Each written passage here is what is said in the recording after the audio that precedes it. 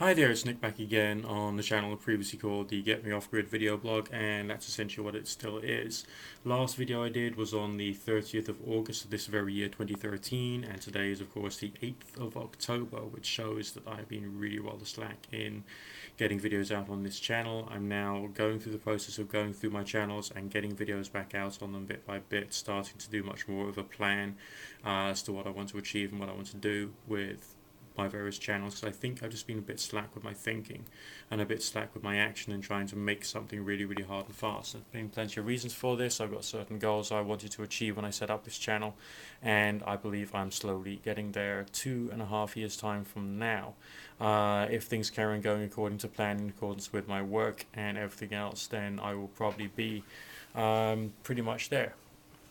Fingers crossed as far as like having the money together to go completely and utterly off grid. I've done very well where I am now to try and reduce grid dependence. I mean, just something as basic as having the ethanol fireplace is one of the best things that I've done, and I've found a company which provides me with commercially available ethanol, which I can have that plus my homemade, which will provide me with enough if, let's say we have a grid down or power cut situation, which is looking even more likely here in the UK in the winter. So for those of you out there who are watching and the winter's coming, at least get yourself some household candles, because the likelihood of a power cut is much stronger than it has been before, according to what I've seen out there. It might not happen, but on the other hand it might, and if it does happen, then that will just demonstrate to you that grid downs during the short to medium term future is looking more and more likely.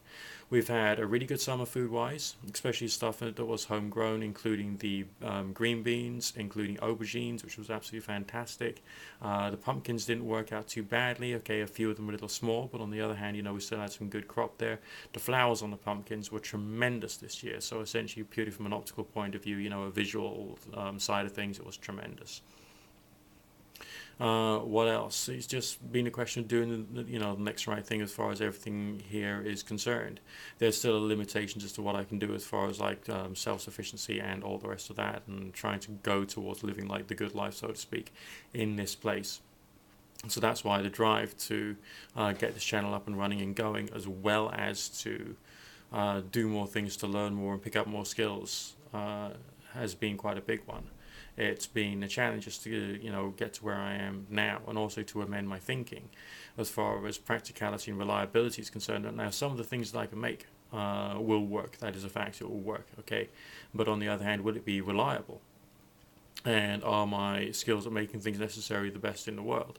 Not necessarily. So I've had to improve some of my existing skills for things which are homemade. I had to work out what homemade things I could actually rely upon. I mean, when I do finally get myself the house that I want, the idea, or at least one of the ideas, is to get myself loads of bricks.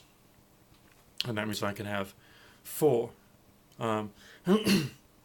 16 brick rocket stoves, which I can run outside and treat those like four hobs on a proper cooker indoors.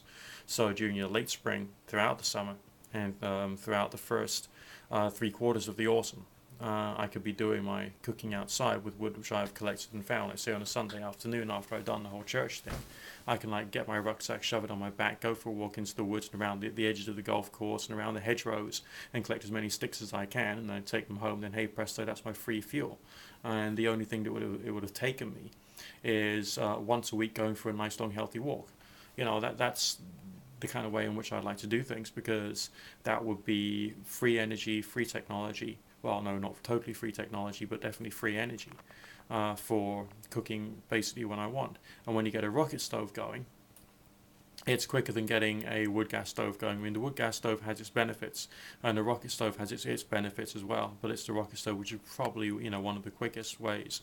I mean, you see me use the Kelly kettle when I first got that. I did first trial burn, and hey presto, within like a very short period of time, we have massive plumes of flame coming out the top. It was tremendous to see how how great that was.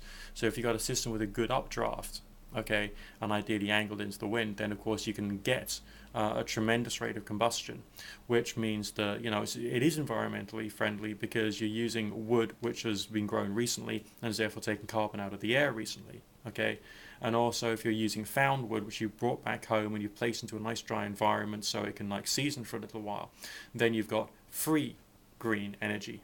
Okay? Sure, it's taking you the time to go outside. It's taking you the time to get some fresh air, okay? Which as far as I'm concerned is not necessarily a bad thing. And that is a form of expense in its own right. But on the other hand, think about the long-term benefits. You know, if you've got like an electric hob or a gas hob, then that's all going to affect, seriously going to affect how much money you're spending on a regular basis. And for something which is not environmentally friendly, something which is not good for the planet, something which is not good for your pocket, it makes more sense, even though it may be a little bit more fiddly, it may take a bit more time, to actually have rocket stoves and kettle kettles. Okay? It just seems to work that way, you know. Sure, we all want to have like a really, really convenient, efficient life, but, you know, at what expense? Alright? And, you know, at what expense? These are things which I personally have had to think about big time. So, this is me telling you that I'm still doing stuff, I've still got my goals, I'm still working towards them. As things start to manifest, you will see it happen. That's what I believe really strongly, and I look forward to speaking to you again soon. God bless.